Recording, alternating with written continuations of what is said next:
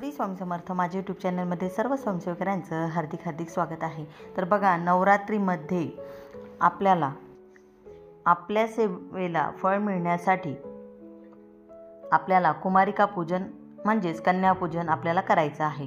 कुमारिका या साक्षात देवीचे रूप आहेत. तर कुमारिका पूजनाने आपल्याला नवरात्रीमध्ये कुठल्या दिवशी केलं तरी चालणार आहे. तर हे कुमारिका पूजन तुम्ही अष्टमीला, नवमीला करू शकता. सकाळ, दुपार, संध्याकाळ कुठल्याही वेळेत तुम्ही कुमारिका पूजन करू शकता, कन्यापूजन करू शकता. त्याचबरोबर आपल्याला कुमारिकांना एक वस्तू द्यायची आहे. ती जर वस्तू आपण जर दिली तर साक्षात देवीला तुम्ही ती वस्तू अर्पण केल्याचं पुण्य तुम्हाला मिळणार आहे आणि देवी आई तुमच्यावर प्रसन्न होणार आहे. नवरात्रीमध्ये कन्यापूजन, कुमारिका पूजन कसं करायचं, का करायचं आणि किती कुमारिका पूजल्यावर त्याचा आपल्याला काय लाभ होतो, ही माहिती आजच्या या व्हिडिओमध्ये मी तुम्हाला सांगणार आहे. तुमच्या जेवढ्या समस्या असतील, आता सांसारिक जीवन आहे, सांसारिक जीवनामध्ये अडचणी तेवढेच आहेत. जर तुम्हाला संतान प्राप्तीसाठी असेल किंवा विवाह जमण्यासाठी असेल, कुठलीही आर्थिक स्थिती तुमची जर खालावली असेल, व्यवसायामध्ये खूप अडचणी असतील, कुटुंबामध्ये क्लेश कलह जर चालू असेल, नवरा बायकोंचं भांडण असेल, अशा कुठल्याही समस्या आहेत तरी पण तुम्ही कुमारिका पूजन, कन्यापूजन तुम्ही करू शकता. कारण हे कन्यापूजन केल्यामुळे तुम्हाला या सगळ्या समस्यांपासून असलेल्या त्रासांपासून मुक्ती मिळणार आहे. आपण एखाद्या पूजनामध्ये जेव्हा आपण त्या मुलींचं मानपान करतो त्यावेळेला त्या मानपानाचं पुण्य आपल्याला त्याच्यामुळे मिळतं आणि मग आपल्या आयुष्यातल्या सर्व अडचणी दूर होतात. जर तुम्ही तुमच्या घरची कुमारिका असेल तरी देखील चालणार आहे. तुम्ही आताही मी माझ्या मुलींचं देखील करते. तर तुम्ही 1, 3, 7, 9, 11 तुम्हाला जसं अवेलेबल होतील त्याप्रमाणे देखील तुम्ही कन्यापूजन हे करू शकता. कुमारिका शक्यतो ज्या मुलींना जे म्हणतो ना आपण कुमारिका कोणाला म्हणायचं, तर ज्या मुलींना मासिक धर्म हा येत नाही अशांना आपण कुमारिका म्हणून संबोधत असतो. या मुलींना साक्षात देवीचं रूप मानलं जातं. नवरात्रीमध्ये जेवढं महत्त्व घटस्थापनेला, अखंड दिव्याला, कुंकुमार्चनाला आहे, त्याचबरोबर मंगल कलश आणि अष्टमीचं हवन आणि दुर्गा सप्तशतीच्या पाठाला जेवढं महत्त्व आहे तेवढंच महत्त्व या कन्यापूजनाला आहे. कन्यापूजन कसं करायचं हे आता सांगते. तुम्ही एक पाठ घेऊ शकता आणि नाहीतर कापडी आसन असतं ते देखील तुम्ही घेऊ शकता. ज्या ठिकाणी तुम्ही आसन मांडलेलं आहे त्या ठिकाणी छोटीशी रांगोळी देखील काढायची आहे. त्या पूजेसाठी आपल्याला खिरापत हवी आहे. हळद, कुंकू, गंध, अक्षदा, चंदन, फुलांच्या पाकळ्या, काळा बुक्का, दूध, वेणी हे घ्यायचं आहे. एक लाल चुनरी आणि 1 रुपया आणि नारळ आणि लाह्या या वस्तू आपल्याला कन्यापूजनासाठी लागणार आहेत. कुमारिका पूजनामध्ये सर्वात पहिले आपल्याला तांब्यामध्ये दूध मिश्रित पाणी व पाकळ्या टाकलेलं दूध तयार करायचं आहे. त्यामध्ये त्या मुलींचे पाय आपल्याला धुवायचे आहेत. तर एक ताट घ्या, त्या ताटामध्ये त्या मुलींचे पाय ठेवायला सांगा. नंतर दूध मिश्रित पाणी आणि पाकळ्या असलेलं ते पाणी त्या मुलींचं मनोभावे आपल्याला त्यांचे पाय धुवायचे आहेत. आणि नंतर त्या आपल्या पदरानेच आपल्याला त्यांचे पाय पुसायचे आहेत. हे जे पाय धुतलेले पाणी आहे ते तुम्ही तुळशी वगळता आजूबाजूच्या झाडांना टाकू शकता. त्या मुलींच्या पायावर आपल्याला एक स्वास्तिक देखील हळद कुंकवानी काढायचं आहे.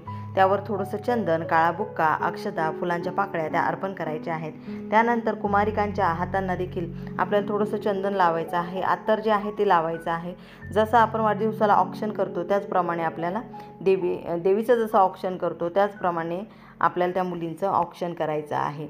आणि हे सर्व झाल्यानंतर आपल्याला लाल चुनरी त्यांना चढवायची आहे.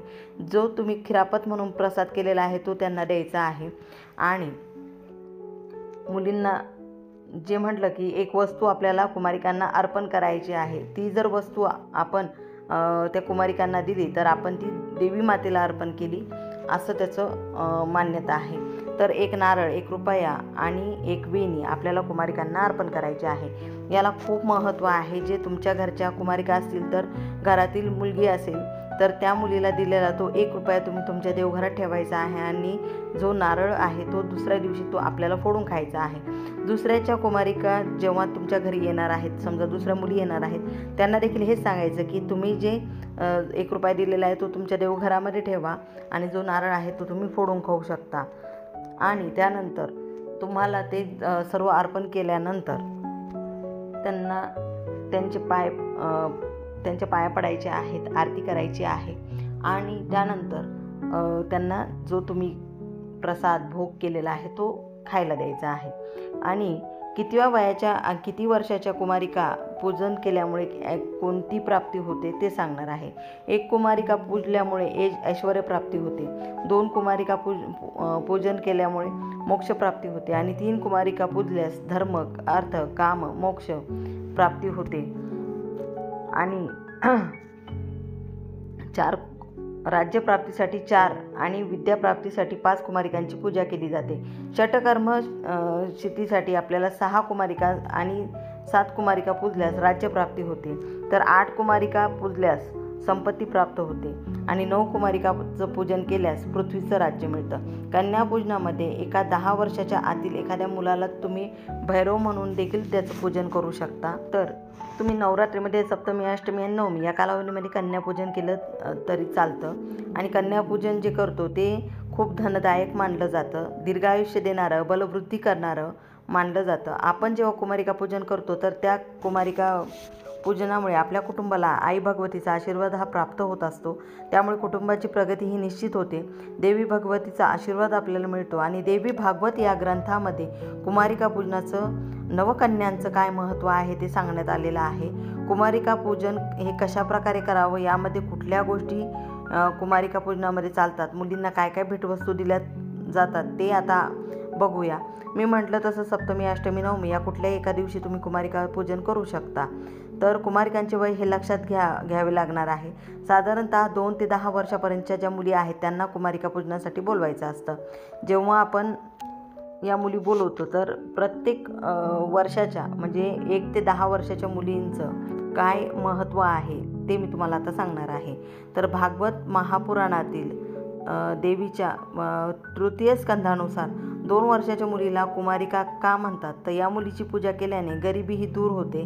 3 वर्षाच्या मुलीची पूजा केल्याने त्रिमूर्ती देखील या मुलींना म्हणतात, जसं दुर्गा, लक्ष्मी आणि सरस्वती यांचे स्वरूप असलेल्या 3 वर्षाच्या ज्या मुली आहेत त्या असतात. या 3 वर्षाच्या मुलींची पूजा केल्याने धर्म, अर्थ, काम प्राप्ती होते, वंश पुढे वाढतो. 4 वर्षाच्या मुलीला कल्याणी म्हटलं जातं. या मुलीची पूजा केल्याने सर्व प्रकारचे सुख मिळतात. 5 वर्षाच्या मुलीला रोहिणी म्हणतात. या मुलीची पूजा केल्याने सर्व रोगांचा नाश होतो. 6 वर्षाच्या मुलीला कालिका म्हणतात आणि कालिकेची पूजा केल्याने शत्रूचा नाश होतो. 7 वर्षाच्या मुलीला चंडिका म्हणतात आणि चंडिकेचं पूजनेने धन, ऐश्वर्याची प्राप्ती होते. 8 वर्षाच्या मुलीला शांभवी म्हटलं जातं आणि हिची पूजा केल्याने सर्व दुःख हे दूर होतात. 9 वर्षाच्या मुलीला दुर्गा म्हणतात आणि दुर्गेची पूजा सर्व लोकात तसेच परलोकात, इहलोकात देखील सुख मिळवून देणारी ठरते. 10 वर्षाच्या मुलीला सुभद्रा म्हणतात. सुभद्रेच्या पूजनाने सर्व इच्छा पूर्ण होतात. तेव्हा आपण कुमारिकांना पूजेसाठी बोलवतो तेव्हा बऱ्याचशा अशा अडचणी निर्माण होतात की अष्टमीला बऱ्याच ठिकाणी मुलींना जेवणासाठी बोलवलेलं असतं. तर ज्या वेळेला त्यांची इच्छा नसेल जास्त खाण्याची तर त्यावेळेला जास्त आग्रह न करता त्यांना फक्त नैवेद्य स्वरूप असं थोडंसं प्रसाद म्हणून जरी तुम्ही दिला तरी त्यांचं पोट भरणार आहे. आणि जर तुम्हाला असं वाटतच असेल की त्यांनी एवढं ताट संपवायलाच हवं तर अशा वेळेला त्यांना थोडासा भोग लावायचा आणि बाकीचं ते ताट त्यांच्या घरी पोच करायचं. म्हणजे त्यांना जर भूक लागली तर त्या वेळेनुसार ते खाऊन घेतील. अजून एक महत्त्वाचं सांगत आहे, यावर आणखी एक सर्वात महत्त्वाचा उपाय हा असा आहे, एखाद्या गरजवंत मुलीला जर तुम्ही खाऊ घातलं तर नक्की देवी आई भगवती आपल्यावर नक्की प्रसन्न होणार आहे.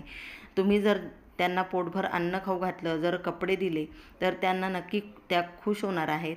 हा सुद्धा तुम्ही एक उपाय करू शकता या दृष्टिकोनातून की जर तुम्ही पूजा केली तर तुम्हाला तसंही शक्य नाही, ते एखाद्या अनाथ आश्रमात जाऊन तिथल्या मुलींना तुम्ही काहीही दिलं तरीसुद्धा त्यांना आनंद होणार आहे. कारण त्यांना प्रत्येक गोष्टीची किंमत ही माहिती आहे. जर तुम्ही या मुलींचा विचार करून त्यांची पूजा जर केली तर तुम्ही केलेली ती पूजा आई भगवतीला निश्चित प्रसन्नता मिळणार आहे आणि त्यामुळे ती आपल्यावर कृपा आशीर्वाद सर्वांना देणार आहे. जर परंपरागत चालत आलेली ही कुमारिका पूजा एक समाजकार्य म्हणून सुद्धा तुम्ही करू शकता. आपल्या सेवेला फळ मिळण्यासाठी नवरात्रीमध्ये आपण ही सेवा नक्की सर्वांनी करायची आहे. कन्यापूजन हे सर्वांनी करायचं आहे. झालेली सेवा ही महाराजांच्या मी रुजू करते. व्हिडिओ आवडला असेल लाईक करा, शेअर करा, सबस्क्राईब करा. सर्वांना श्री स्वामी समर्थ.